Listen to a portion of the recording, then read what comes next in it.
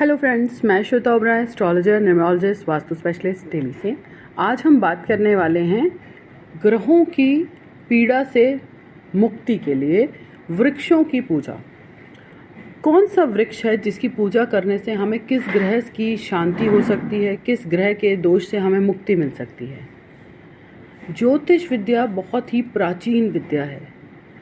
हजारों साल पहले हमारे ऋषि मुनियों ने ये जान लिया था कि वृक्षों में भी प्राण है, उनमें भी प्राण ऊर्जा है। उनकी पूजा, उनकी सींचना, उनकी पालना करने से भी हमारे ग्रहों में बदलाव आ सकता है।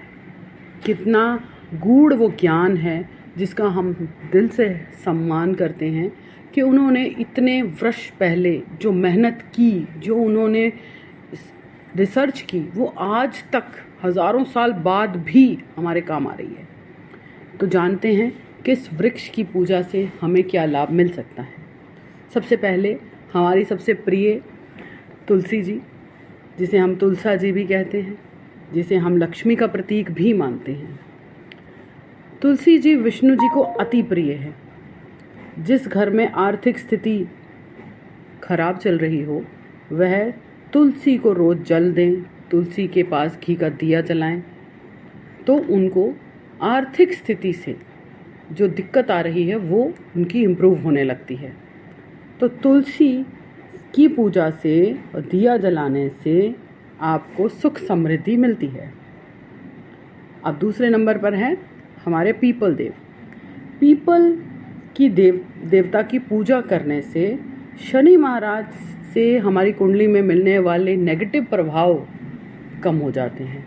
अगर आप पीपल की जड़ों में मीठा जल डालते हैं, दिया जलाते हैं, तो आपको विष्णु जी की कृपा तो मिलती ही है, साथ ही शनि के दोषों से भी मुक्ति मिलती है।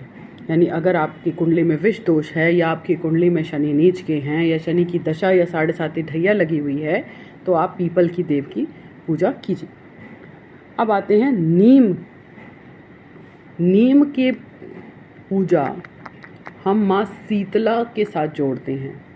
जब किसी को कोई स्किन प्रॉब्लम होती है, कोई त्वचा का रोग होता है, तब उसे नीम के वृक्ष को सींचना चाहिए, उसकी पालना करनी चाहिए। नीम के वृक्ष की पत्तियों से आपने त्वचा को साफ करने से आपके जो त्वचा रोग हैं वो दूर होते हैं। हमारे बॉडी में जब पित्त बढ़ जाता है तो हमारे जो माता निकलती है, तो उसकी शांति के बाद हम माँ शीतला की पूजा करते हैं। माँ शीतला हमें शीतलता देती है। तो इसलिए नीम की पूजा करने से आपके रोगों से आपको मुक्ति मिलती है, परिवार में सुख शांति बनी रहती है। अब नेक्स्ट है बरगद का पेड़, जिसे वट वृक्ष भी कहते हैं, जिसकी महिलाएं पूजा करती हैं अपने सौभाग्य को, अखंड सौभाग्य पाने के लिए। साथ ही एक छोटी सी बात और मैं जोड़ दूं, कुबेर का निवास मनुष्य पर तो है ही, बरगद के पेड़ पर भी है। इसीलिए उसका सींचना, अगर आप मीठे दूध और जल के साथ बरगद के पेड़ की पालना करते हैं, उसकी जड़ों को सींचते हैं, तो आपके सौभाग्य में तो वृद्धि होती ही है, साथ ही आपकी आर्थिक स्थिति भी मजबूत होती है। इसके बाद हम बात करते हैं बिल्व वृक्ष की। बिल्व वृक्ष के हर एक वस्तु, हर एक पत्ती, उनका फल, हर चीज़ में लक्ष्मी का वास है और ये अति प्रिय हैं वे शिव महाराज को।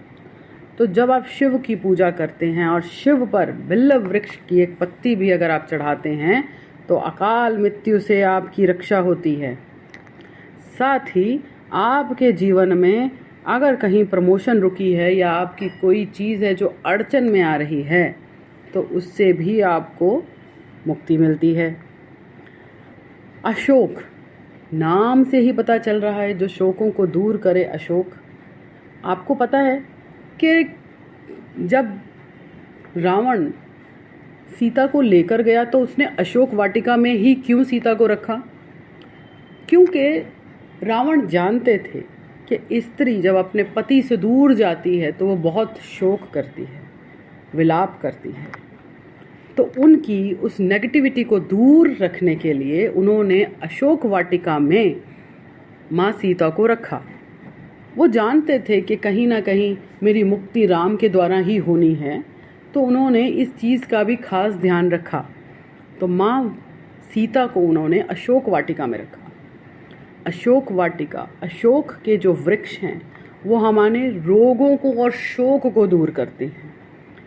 तो किसी भी तरह के अगर आप डिप्रेशन में हैं तो आप उसके पत्तों को लाकर अपने घर में रखें, या जहाँ पर भी बहुत ज़्यादा अशोक के पेड़ हों वहाँ पर आप थोड़ा समय बिताएं, तो आपके भी शोक, जो भी डिप्रेशन, जो एंजाइटी है वो रिमूव हो जाएगी और आपकी मनोकामनाओं की पूर्ति होगी।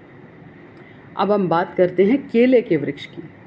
केले की वृक्ष की पालना करने से गुरु ग्रह अच्छा हो जाता है। जिन लड़कियों की शादी नहीं हो रही या शादी में अड़चन आ रही है या जीवन साथी के साथ विचार नहीं मिल रहे, तो उन्हें वीरवार को व्रत के साथ केले के पेड़ की पालना करनी चाहिए।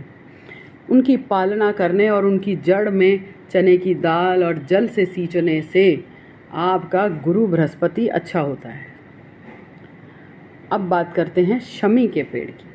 शमी का पेड़ को हम शनि महाराज से जोड़ते हैं और उसकी जड़ों में दिया जलाने से शत्रुओं पर विजय की प्राप्ति होती है, कोर्ट केस में सफलता मिलती है और दशहरे में इसकी विशेष पूजा की जाती है। तो अगर आपके दुश्मन ज़्यादा बढ़ रहे हैं और अपने दुश्मनों पर आप विजय पाना चाहते हैं तो आप शमी के पेड़ पर दिया जलाएं। अब बात करते हैं लाल चंदन। लाल चंदन का वृक्ष वैसे तो बहुत मुश्किल है कि मिले आपको, बट अगर कहीं मिल जाए तो उसकी पालना करने से सूर्य से मिलने वाले दोषों से मुक्ति मिलती है। तो सूर्य को अच्छा करने के लिए लाल चंदन के वृक्ष का पालना करनी चाहिए। हालांकि ये थोड़ा टफ टास्क है, बट फिर भी अगर कहीं मिल रहा हो तो आप ज़रूर कोशिश कर सकते हैं। तो इस तरह से आपकी प्रमोशन भी होगी और सूर्य से कनेक्टेड होने के कारण आपको गवर्नमेंट सेक्टर में अच्छे लाभ मिल सकते हैं। अगर आप पॉलिटिक्स में हैं या आप गवर्नमेंट जॉब में हैं तो आप इसका कर सकते हैं, या फिर आप लाल चंदन का तिलक लगा सकते हैं। तो ये हैं वो वृक्ष जिनके बारे में हमारे ऋषि मुनियों ने हज़ारों साल पहले रिसर्च करी और ये धरोहर उन्होंने हमें सौंपी। अब यही धरोहर, यही ज्ञान हम अपनी आने वाली पीढ़ी को दें जिससे वो पथभ्रष्ट ना हो। हमें ऐसे ज्ञान का प्रचार नहीं करना चाहिए जो आने वाली युवा पीढ़ी को मिसगाइड करे। हमें उन्हें ग्रैटिट्यूड और दूसरों की पालना करना, अपने से बड़ों की आज्ञा का पालन करना, उनके साथ रहना सिखाना चाहिए, क्योंकि इंडिविजुअल फैमिलीज़ ज़्यादा डिप्रेशन फेस करती हैं। ऐसे ही अच्छे ज्ञान के लिए मेरे चैनल को लाइक करें, सब्सक्राइब करें और हम आपको फिर मिलेंगे नेक्स्ट वीडियो में एक अच्छे से टॉपिक के साथ। जय माता दी।